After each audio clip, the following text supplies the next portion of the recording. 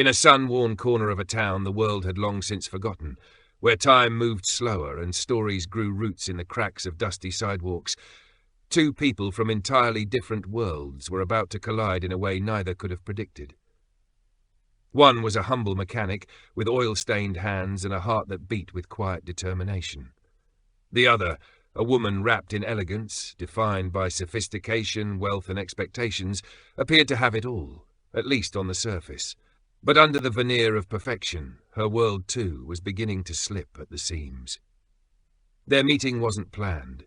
In fact, it seemed the universe had orchestrated the encounter with a mischievous twinkle, though, knowing that the smallest of moments, a broken-down car on a forgotten road, could spark the beginning of something extraordinary.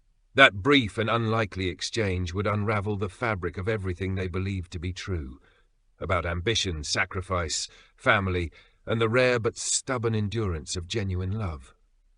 So, stay with us, because some of the greatest journeys aren't measured in miles or milestones. They're mapped in the moments that open our hearts, challenge our beliefs, and bring us face to face with what we never knew we were missing.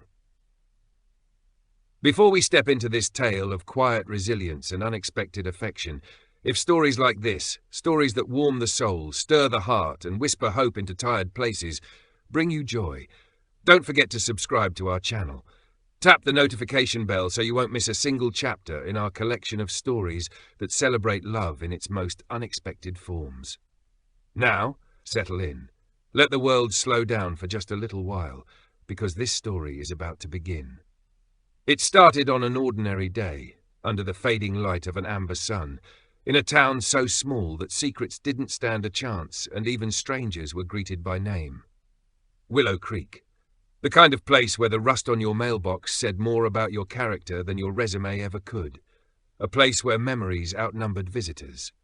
Evan Carter stood in the center of it all, wiping his grease-covered hands on an old rag as he stared at a temperamental old truck that had refused to cooperate all morning. His garage, Carter's Repairs, was a building that looked as tired as the man who owned it. The paint flaked like autumn leaves, the roof sagged like it bore the weight of too many seasons, and yet, somehow, it stood. Just like Evan. Evan had always been a pillar of quiet strength. The kind of man who didn't complain, didn't chase glory, didn't ask for help. He had stayed when others left, turned down dreams, scholarships, futures, all to take care of his younger sister Sarah after their father passed. She was off at college now, chasing a degree and a better life. And Evan? He was still here, still fighting to keep the garage running, still trying to protect what was left of his father's legacy. Inside his overalls, a crumpled letter weighed heavily, more than paper should. A final warning from the bank. 60 days. That's all he had left to save the garage. He brushed his thumb over the folded edge, as if the gesture alone could erase the words written on it. From across the street, Mrs. Donnelly, the diner owner and town's honorary grandmother, gave him her usual wave. "You're burning daylight, Evan," she called with a grin. He managed a half-hearted chuckle. "Guess I'm just too stubborn to quit." But the truth was, Evan wasn't just stubborn. He was exhausted, carrying the weight of sacrifices he never asked for but never regretted. Still, some days it was heavier than others. And then fate came limping down the road. A luxury sedan, polished and out of place, sputtered into town like a lost tourist. Smoke curled from its hood like a signal fire. The car rolled into Evan's driveway and gave up the ghost with one last mechanical groan. Out stepped a woman who looked like she belonged on a city billboard, not a dirt road. Sharp navy suit, pearl earrings, shoes that weren't made for gravel. Her frustration was evident in the tight line of her mouth as she surveyed her dead car. "Engine trouble?" Evan asked with the calm of someone used to fixing broken things, cars and sometimes people. "Clearly," she snapped, then caught herself, her shoulders drooping slightly. "I'm sorry, it's been a long day." Evan didn't take offense. He'd seen tired before, and hers looked more emotional than physical. "No harm done," he said with a soft smile. "Let's see what we're working with." Under the hood, the diagnosis came quickly. Overheated radiator, cracked hose. Fixable, but not quickly. Could be hours, might need to keep it overnight. She sighed, and for the first time she looked genuinely lost. Perfect. "You can wait across the street," Evan offered. Mrs. Donnelly makes a pie that might just restore your faith in humanity." The woman hesitated. Then, with more poise than most would manage, she extended a hand. "Olivia Montgomery." "Evan Carter," he replied, shaking her hand, calloused fingers brushing her manicured ones. In that brief touch, something flickered, something wordless, and for just a breath, the world paused. Later that evening, she returned, not empty-handed, but with coffee and a warm bag of food. "I figured you might need one," she said awkwardly. He was surprised, but grateful. They stood there for a moment beneath the soft yellow porch light, two strangers brought together by a broken machine, holding cups of something warm in hands that had known very different kinds of weight. Then, softly, Olivia spoke again. "I might need your help with something else." Evan arched a brow. "Like what?" She hesitated, looked up, and said the words that would change everything. "I need a husband, just for a week." The cup nearly slipped from his hands. "You're serious?" he asked. She nodded. "It's complicated." And so the woman who seemed to have everything, wealth, poise, beauty, success, unravelled her truth. A powerful family, an aging father ready to hand over the company, but only to the child who appeared most stable, which, in their world, meant married. And Olivia? She didn't have time to fall in love. She didn't even have time to date. What she needed was someone who could play the part. Someone real, unpolished, unthreatening. Someone she could trust for 7 days. Someone who could wear a ring, tell a few charming lies, and then disappear. And in Evan Carter she saw exactly that. Evan, stunned, weighed her words. It sounded insane. It was insane. He wasn't a man for make-believe. But when she pulled out the envelope, an envelope that could erase his debt, save his garage, and keep his father's legacy alive, his resistance faltered. "I don't like lying," he muttered. "You won't be lying," she replied gently. "You'll be helping." Evan looked at her, really looked at her. She wasn't just desperate, she was scared, vulnerable even behind all that polish. And in that moment he realized something. Maybe life doesn't just fall apart to ruin us. Maybe sometimes it has to fall apart, to bring two people exactly where they're meant to be. It was an odd kind of lifeline she offered him. Strange, maybe even foolish, but it had a tether of sincerity that tugged at something buried deep in Evan's chest. "What happens if someone finds out?" he asked, his voice low, cautious, still hesitant to step into something that felt more like a performance than reality. "They won't," Olivia replied with unwavering certainty. But then, after a pause, her tone softened, almost tender. "And even if they do, the worst that happens is I get embarrassed. Maybe I lose the company, but I won't drag you into it. I swear. I'll take full responsibility." There was a kind of rawness in her voice that chipped away at the final reservations he'd been clinging to. She meant it. Every word. Evan ran a hand along his jaw, feeling the coarse stubble there, a small grounding gesture. This went against every fibre of his nature, getting involved in someone else's deception. But then again, wasn't life itself a kind of deception? Pretending everything was fine when it wasn't. Pretending the past didn't still claw at him in the quiet moments. Pretending the dreams he once cradled hadn't crumbled slowly, painfully, piece by piece. Maybe, just maybe, this unexpected path was the closest he'd ever come to a second chance. Finally, with a breath that felt like it cracked open a dam inside him, Evan pushed himself away from the workbench. "All right," he said quietly. "I'll do it." Olivia's shoulders sagged ever so slightly, relief bleeding into her body like warmth after a bitter chill. "Thank you, Evan, truly." He held up a finger, cutting through the emotion, trying to regain some footing. "But we're setting boundaries, ground rules." She arched a curious eyebrow. "I'm listening." First, he began, counting off on his fingers. "No funny business. This is a job, strictly professional." "Agreed," she nodded instantly. "Second," he continued, "you don't try to turn me into something I'm not. No suits, no accents, no polishing me up like I'm some prize pony going to auction." Her lips twitched with amusement. "Understood." "And third," he said, voice gentler now, but no less firm, "when this week is over, we walk away. Clean break. No looking back, no lingering." Her smile faltered just slightly, but enough to reveal something raw underneath. Something lonely. She gave a solemn nod. "Clean break," she echoed. They shook hands, solid, firm, final, a binding agreement. And in that brief contact, Evan could have sworn there was a spark. He dismissed it quickly. This was business, that's all, just business. As Olivia turned to gather her things, Evan glanced toward the night sky. The stars were beginning to pierce the dark, one by one, and somewhere deep in his bones a quiet voice stirred, whispering that everything was about to change. But he had made a promise, and for a man like Evan Carter, a promise was everything. The next morning broke in golden light over Willow Creek. Crisp air carried the faint perfume of drying leaves and distant wood smoke. Evan stood outside his repair shop, arms folded across his chest, as Olivia's car pulled into the gravel lot. A sleek, purring machine now fully repaired, its every polished curve glinting under the autumn sun. She stepped out wearing jeans and a soft cream sweater, still poised, still elegant, but there was something gentler in her appearance now.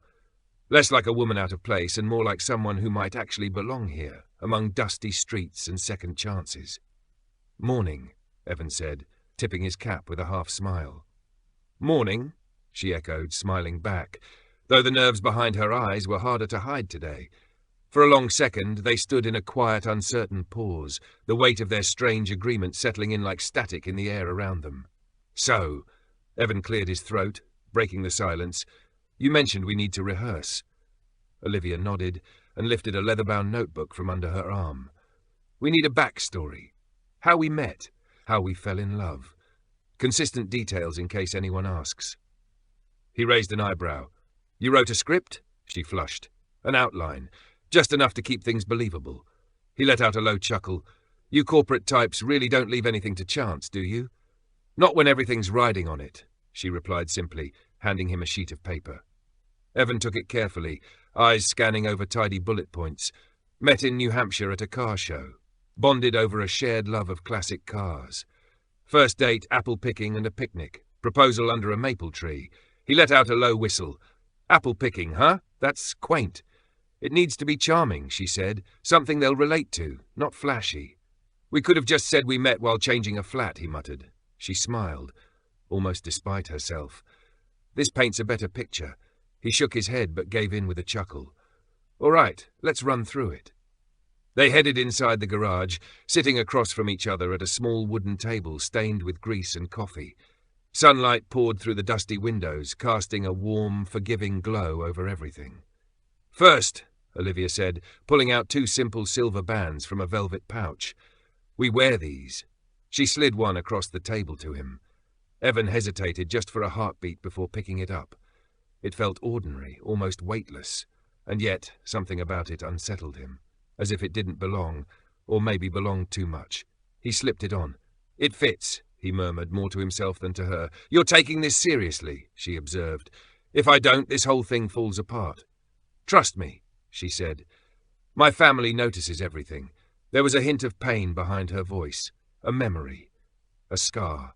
Evan found himself wondering just how long she'd been carrying that weight, how many years she'd been mastering the art of looking unbreakable. "All right," he said quietly. "So we met at a car show." "In New Hampshire," she finished. He leaned back, crossing his arms. "What were you doing at a car show?" "My cousin dragged me," she answered, smooth and practiced. "I didn't know the first thing about engines. You offered to explain carburetors." He chuckled. "That does sound like me. And then apple picking," she added. "Where?" "Macmillan Orchards." "You packed a picnic?" "You made ham sandwiches," she said, deadpan, "and brought lemonade. Simple, sweet, very you." That made him laugh, genuine and warm, like gravel under sunlight. She smiled, but there was a flicker of emotion in her gaze. "You're good at this," he said. Her smile dipped just slightly. "I've had a lot of practice pretending things are better than they are." The words hit the air like a confession, unfiltered, honest. For the first time, Evan saw her, really saw her. Not the polished exterior, but the woman beneath it. Worn, wounded, resilient. "Well," he said, gruffly, "I'm lousy at pretending. You might have to carry this thing." "I'll manage," she replied, voice lighter now. They spent the next hour going over every tiny detail, her favourite flower, his favourite food, which he jokingly insisted was a hot dog stand, their fictional first Christmas, their pretend inside jokes. Slowly, without either realising it, laughter started filling the spaces where distance used to be. It felt easy. Strange, but easy. At one point, Olivia laughed so hard she held her ribs. "You're impossible." "And you're too uptight," Evan fired back, grinning. Brick by invisible brick, her walls slipped. She teased him when he confused apple varieties. He made fun of her meticulous bullet points. And somewhere between engine oil and afternoon sunlight, something fragile and unnamed began to bloom. Eventually, Olivia stood and smoothed her jeans. "I think we're ready." Evan slipped the outline into his pocket. "One last thing," he said, standing too. She tilted her head. "Yeah?" "If we're going to convince your family," he said slowly, "we're going to need to be comfortable with things like holding hands, eye contact, casual touches." She froze just for a second, then nodded, almost imperceptibly. He didn't overthink it, he just reached out, took her hand. Cool, delicate, but she didn't pull away, just breathed in, then out, relaxed. Their eyes met. It was supposed to be practice. Just practice, but something flickered, something quiet, electric, undeniable. Evan released her hand first and cleared his throat. "See? Natural." "Right," Olivia said, her voice an octave too high. They stepped apart, pretended nothing had shifted, but they both knew. This was no longer just pretend. The drive to Olivia's family estate felt like stepping into another world. Evan sat stiffly, hands on his lap, dressed in his best jeans, a borrowed blazer, and a clean shirt. He'd polished his boots, but they still felt out of place. "Are you sure I don't need a tie?" he asked, tugging at his collar. Olivia glanced over, a flicker of warmth in her eyes. "You'll be perfect. Just be yourself." "Myself might be a problem," he muttered. She laughed softly. "That's the point." Outside, the landscape shifted. Willow Creek's dusty charm giving way to sweeping drives, stone walls and mansions that rose like quiet kings. Evan whistled low. "I feel underdressed just looking at these lawns." "You'll do fine," Olivia repeated, though her voice had tightened. When the massive wrought iron gates opened to reveal the Montgomery estate, an imposing Georgian manor with marble columns and sweeping steps, Evan swallowed hard. "Ready?" she asked, gripping the steering wheel like it anchored her. "Ready as I'll ever be." Before they reached the steps, she slipped her hand into his, an automatic gesture after rehearsal, but the touch still sent a jolt through him. "Remember," she whispered, "apple-picking, ham sandwiches, maple tree." He squeezed her hand in response. Got it. And as the doors opened and the world of wealth, whispers and expectation closed around them, Evan Carter reminded himself of one thing. He wasn't just pretending anymore, and neither was she. "Olivia," the woman said at last, her voice cool and clipped, as if each syllable had been carved from a glacier. Even her slight nod carried a chill sharp enough to freeze flowing lava. Her eyes, sharp as surgical steel, slid momentarily to Evan, assessing him with clinical precision, slicing through him like she could see all the way to his spine. "And you must be," she trailed off deliberately, as though his name wasn't worth remembering. "Evan Carter," he offered with calm assurance, stepping forward and extending his hand. There was the briefest pause, just a breath, but heavy with judgment, before she accepted it. Her handshake was distant, fingers cold and brittle, like she was made of ice and glass instead of flesh and warmth. Without missing a beat, Olivia slipped her arm through Evan's, linking them in more than just gesture. She turned to the woman and said, her voice firm yet sweet, "My husband." The word struck like a firework in a cathedral, unexpected, bright, and followed by a hush so thick you could almost hear the disbelief settle in the air. "Charming," her mother finally said, though the smile she wore was no more sincere than a snowflake in July. It was elegance without affection, a gesture more ceremonial than heartfelt. They moved deeper into the grand home, its air thick with the scent of wealth and pride. Every corridor introduced them to yet another set of polished relatives, cousins, uncles, distant family friends, all dressed as though they'd stepped out of a lifestyle magazine, carrying themselves with the casual arrogance of people who had never known what it was to go without. Evan, grounded and humble, found it all bewildering, almost laughable in its theatrical display of class. He stumbled over a few greetings, accidentally addressing an elder as Sir, only to be corrected with a patronizing chuckle. He narrowly missed spilling champagne on a priceless Persian rug, an accident that would have echoed in family lore for years. And when someone inevitably asked about his profession, he didn't dress it up or dodge the truth. "I fix engines," he said plainly. The response earned a few stiff smiles, some raised eyebrows, and several poorly masked expressions of disdain. Yet something unexpected began to happen. While the younger, more image-obsessed guests recoiled from his simplicity, many of the older guests looked at him differently, not with contempt, but curiosity. There was something about Evan's honesty that was both foreign and refreshing in this house of smoke and mirrors. He wasn't trying to impress anyone. He wasn't playing a part. He simply existed, real and unvarnished. And in a room full of curated perfection, that rare authenticity made him stand out more than any tailored tuxedo ever could. As the buzz of the party continued, Evan found himself drifting out onto a sweeping stone terrace. The estate's gardens sprawled out before him like a painting, manicured hedges, marble fountains, and stone paths leading into the distance. He was nursing his second punch when Olivia joined him, her heels clicking softly against the flagstones. She handed him a glass, her expression unreadable. "You're doing better than I expected," she said. He raised an eyebrow, half smiling, not sure if that's meant as encouragement or a warning. Her laugh rang out, light and genuine, breaking the stiffness of the evening like sun through storm clouds. "It's a compliment," she assured him, more sincere now. "You're real, and they don't know what to do with real." Evan took a sip and shrugged, glancing out at the guests wandering the gardens below like elaborately dressed paper boats on a still pond. Nothing wrong with a little real in a world full of fake. They stood there, quiet and steady, bathed in the soft amber glow of the setting sun. The golden light turned the world gentle, like honey dripped across time. Evan turned to her, his voice low. "You never really liked this world, did you?" Her smile faltered, her eyes distant now, locked on some faraway place beyond the hedges and rose bushes. "It never really liked me," she whispered. He didn't push her. He didn't ask more. Instead, he stood beside her, solid and steady, a silent kind of loyalty that couldn't be bought or inherited. From inside, the melancholic notes of a piano drifted through the open doors, summoning guests for the speeches. Olivia sighed, setting her glass on the stone railing. "Back into the fray," she murmured. Evan caught her hand before she moved. He gave it a gentle squeeze and said softly, "You've got this."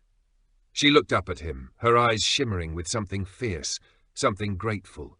And without another word, they stepped back into the world of chandeliers and champagne flutes, not as two strangers playing a part, but as a team, facing the storm together. Instead of offering reassurances or platitudes, Evan said the one thing that truly mattered. "You're not alone anymore." He told her softly. In that instant, the world shrank, becoming no larger than the fragile, breathless space between them. His words, spoken with simple sincerity, wrapped around Olivia like a second skin. Not even the finest cashmere could have warmed her the way his voice did in that moment. Without hesitation this time, she reached out, her fingers seeking his, threading together like pieces of a puzzle that had always belonged side by side. "No matter what happens next week," Olivia murmured, her voice barely more than a breath on the wind, "promise me one thing." Evan gave her hand a gentle squeeze. "Name it."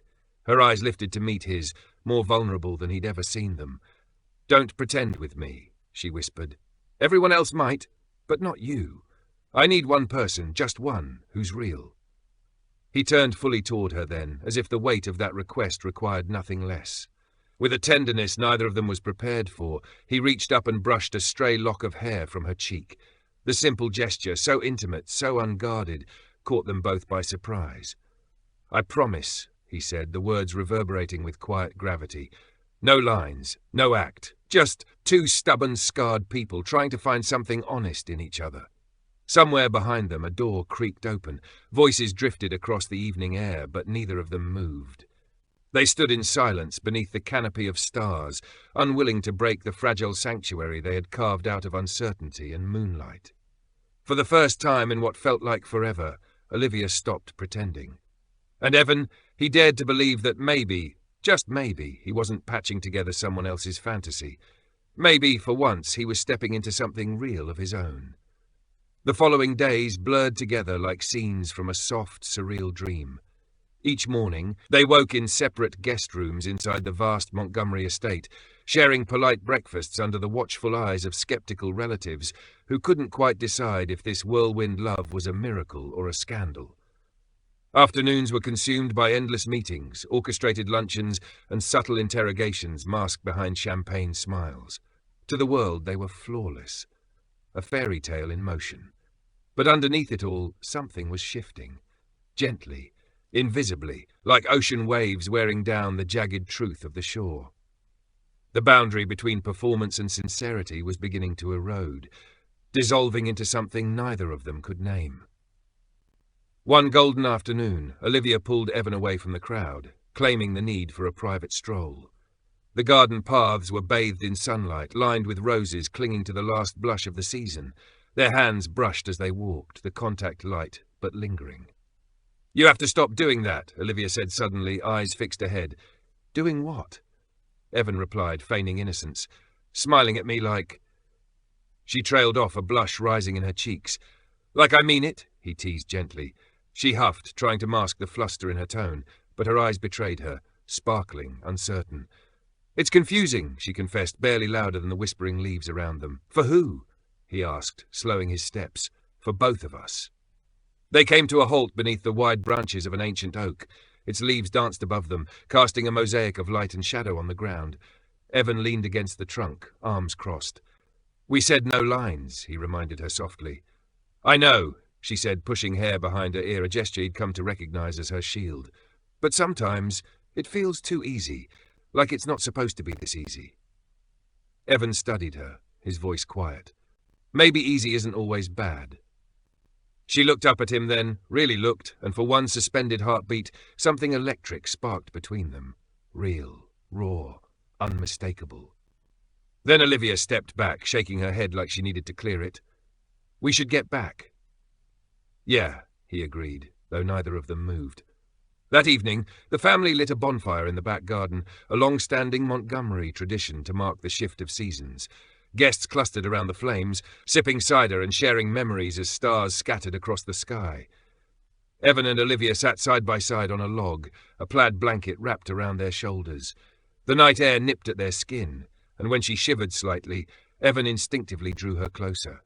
She didn't resist. "Tell me something real," she said suddenly, her voice hushed and meant only for him. He smiled into the flickering firelight. "What do you mean?" "Something real," she repeated, her cheek brushing against his shoulder. He thought for a long moment. "Sometimes," he began slowly, "I wonder what my life would have looked like if I'd left Willow Creek, chased some big dream somewhere else."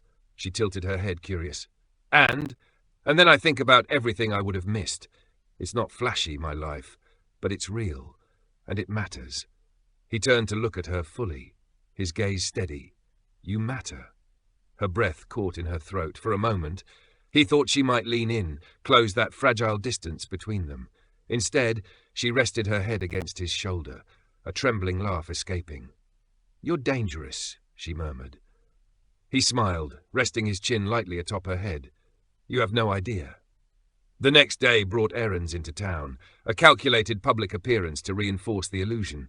They strolled hand in hand down cobblestone streets, sharing ice cream and smiles that didn't feel forced anymore. Evan offered her a taste of his rocky road, and she stole a hilariously large bite, laughing when he protested.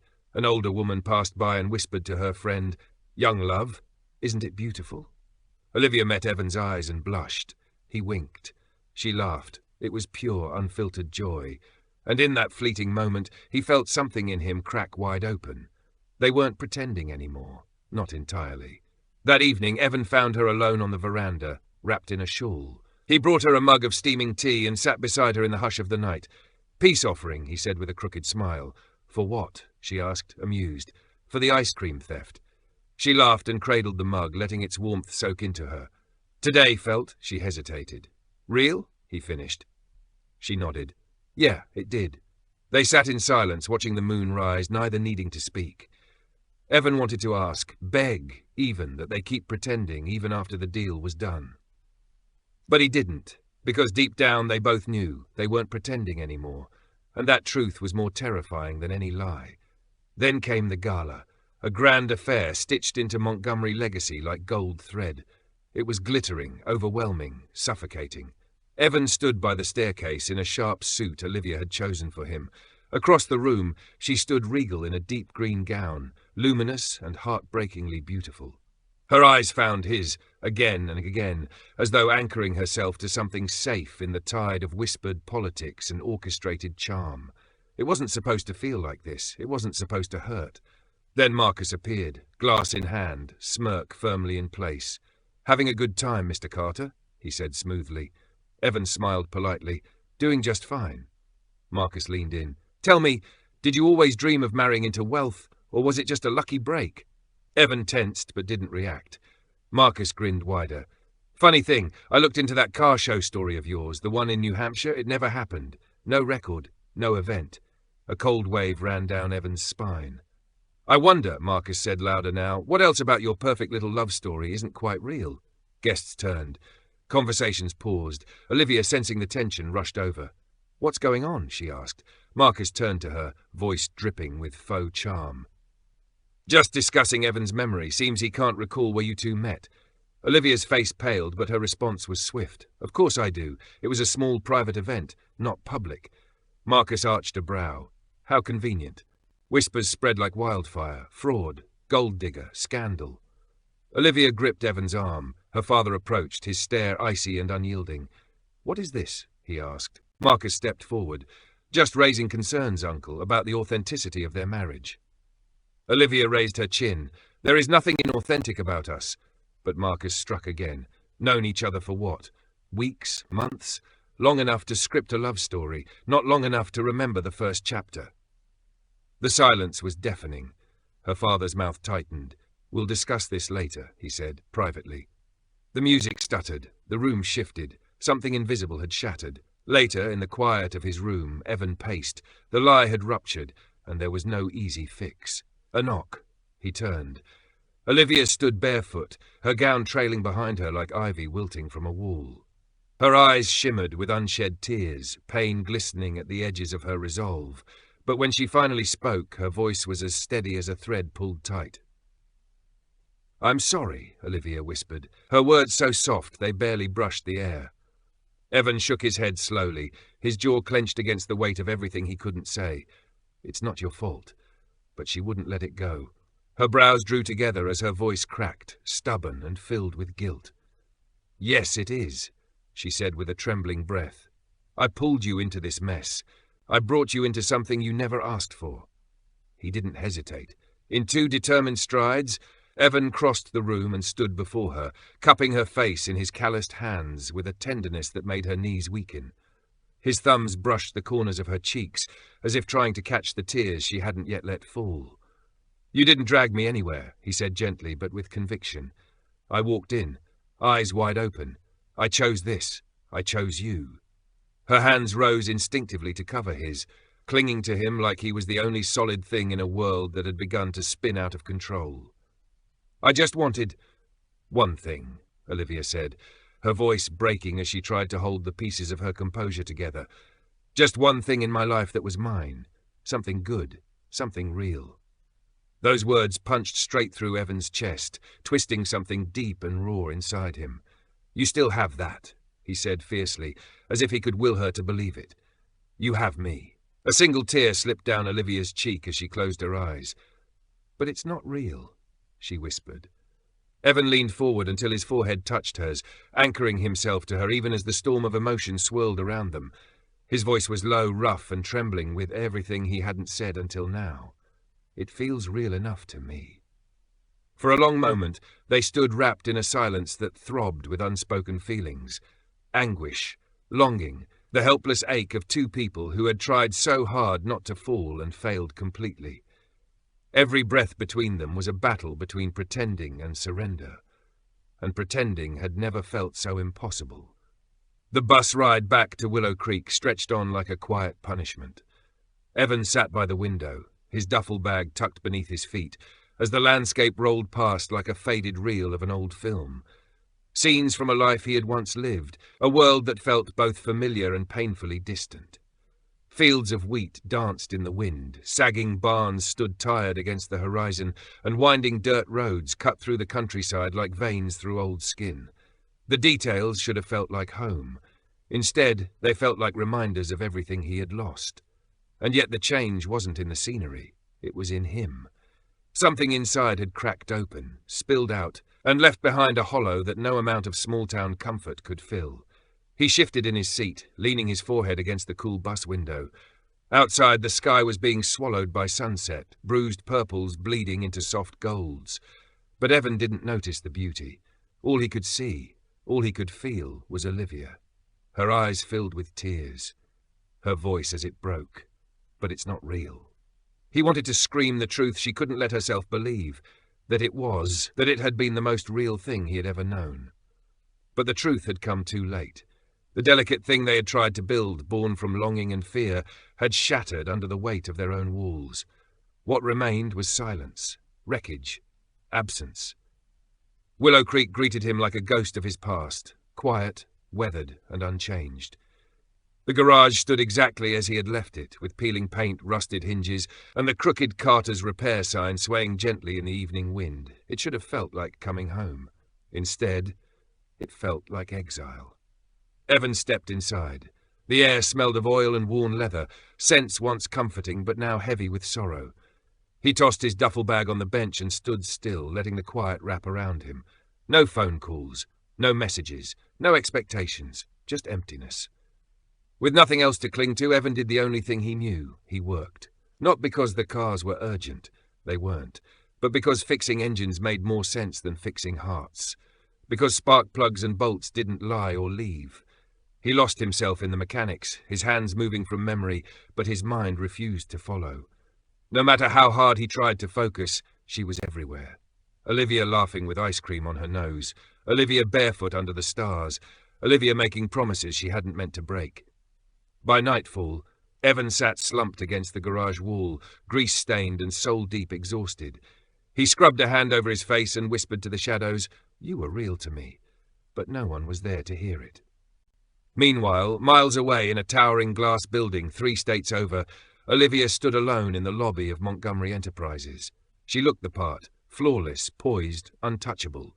But inside she felt like a fraud, a ghost wearing a perfect mask.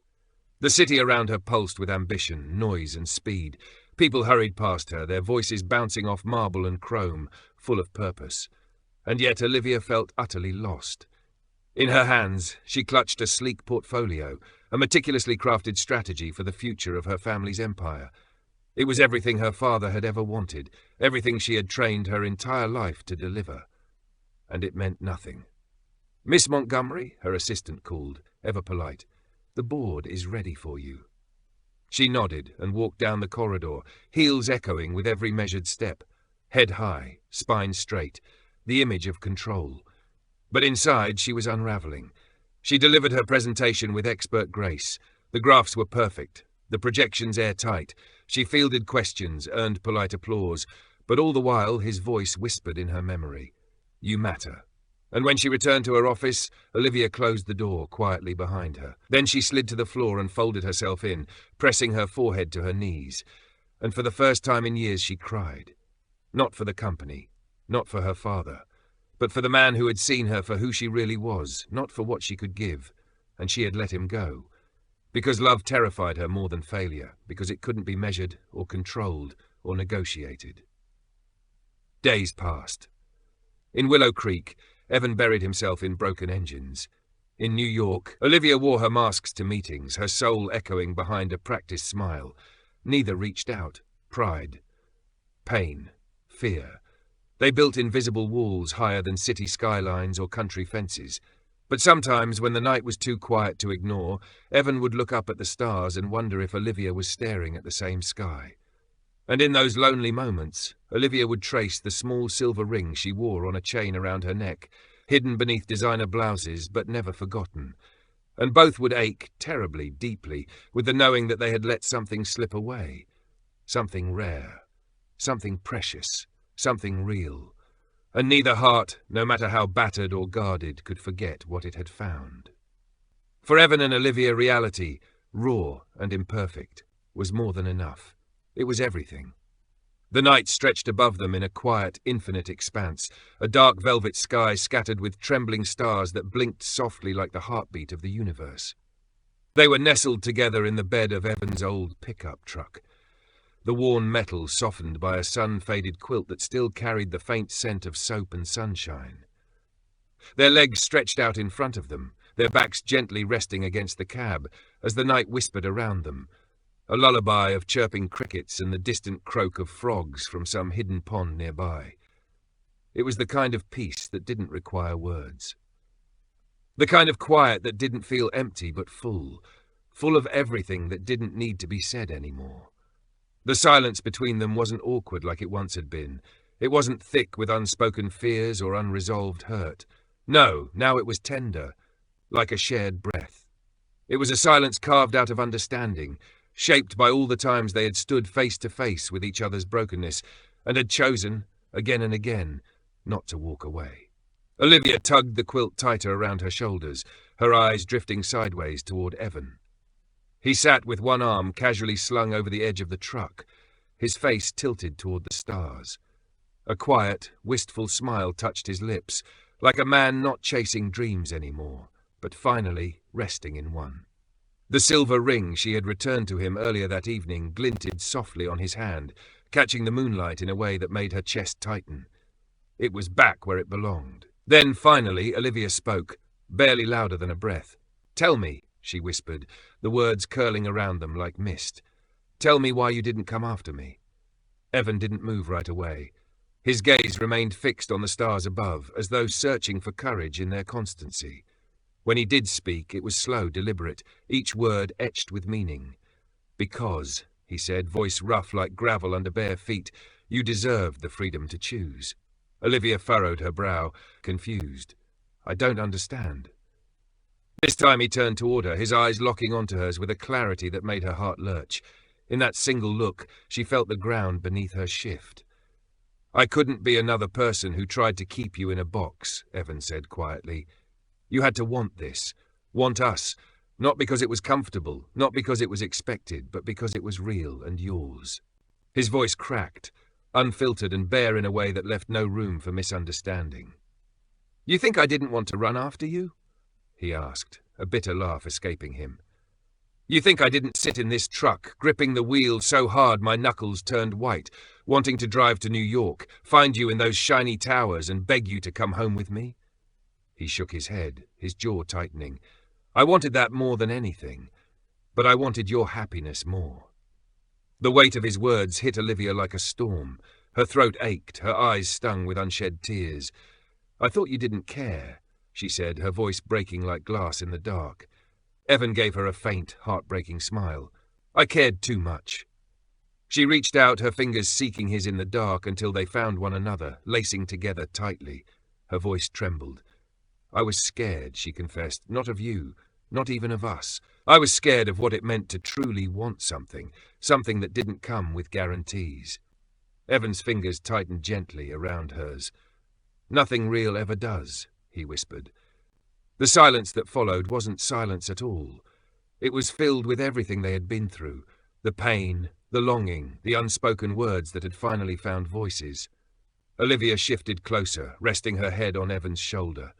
She closed her eyes, breathing him in, the scent of leather, faint soap, and something unexplainably him, something that always made her feel steady.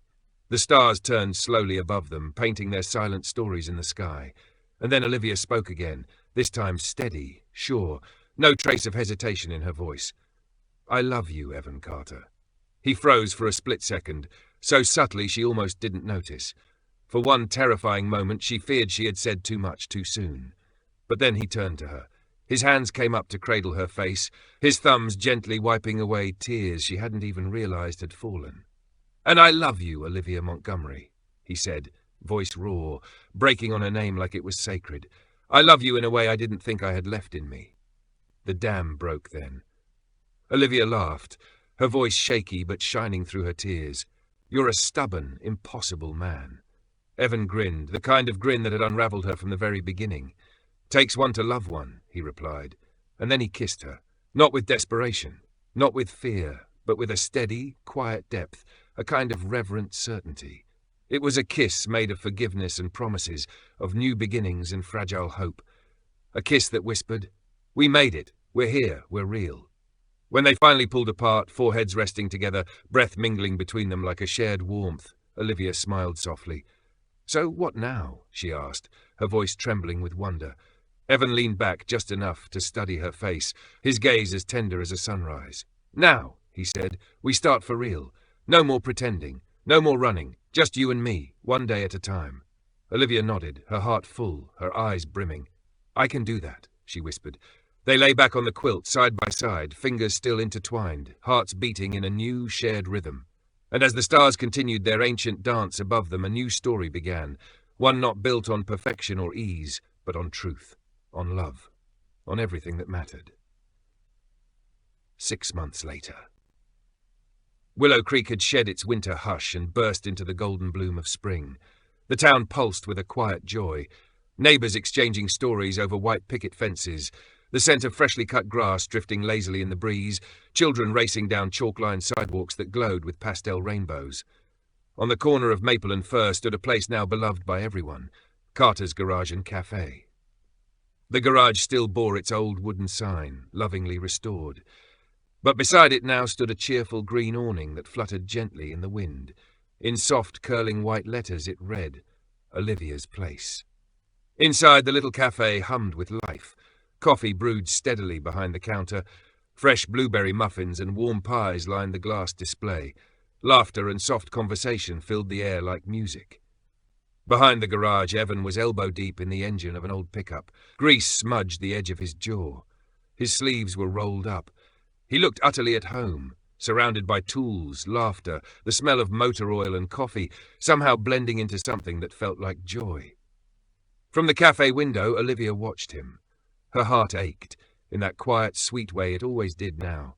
She wiped her hands on a dish towel and stepped outside, the small brass bell above the door chiming its soft greeting.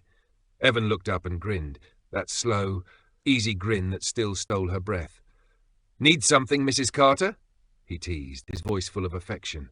Her cheeks warmed at the title. They had married 2 months ago in a tiny, unplanned ceremony. Mrs. Donnelly cried happy tears. It hadn't been fancy. It hadn't been extravagant. It had been perfect. She walked up to him, reaching up to gently wipe a smear of grease from his cheek. "You're a mess," she said, eyes shining. "You love it," he replied, catching her hand and pressing a kiss to her knuckles. "I do," she whispered, this time without fear, with certainty. They stood there for a moment, surrounded by the gentle hum of life in a town that had quietly watched them heal. "You know," Evan murmured, tugging her closer, "when I used to imagine the future, it never looked like this." Olivia leaned against him, listening to the steady, strong beat of his heart. "Neither did I," she replied. "It's better," he chuckled. "You giving up your plans? That's serious." She smiled. "Sometimes the best things happen when you stop planning and start living." He tipped her chin up, his eyes drinking her in. "You saved me," he said softly. She shook her head. "No, we saved each other." And it was true. They had pulled each other out of darkness, out of loneliness, out of the lies they told themselves just to survive. What they built wasn't perfect, but it was theirs, built with fragile, stubborn hope. Later that evening, as twilight painted the sky in soft hues of lavender and gold, they sat on the steps of the garage with a shared thermos of coffee between them. Fireflies blinked gently above the grass. A warm breeze carried the scent of wild honeysuckle. Evan looked over at Olivia, lacing his fingers through hers. "You ever think what might have happened if your car hadn't broken down that day?" Olivia laughed quietly. "I would have kept driving. Kept pretending I was fine, and I would have missed the best thing that ever happened to me." He turned to her, eyes steady. "I think life has a way of breaking down, exactly when it needs to." Tears welled up in Olivia's eyes, not from sadness, from joy. "You're my miracle, Evan Carter," she whispered. He leaned down and kissed her forehead, his voice brushing against her skin like a promise. "And you're my home, Olivia Montgomery Carter." They stayed there long after the sun had set, watching the stars bloom once more above them. They had lost and found each other. Broken, mended, wandered, returned. And finally, they loved. Not out of fear, but out of truth. And the soft glow from Carter's Garage and Cafe spilled into the night, a warm light in the dark, a beacon of second chances, and a love that had started as a lie and transformed into the most beautiful truth either of them had ever known.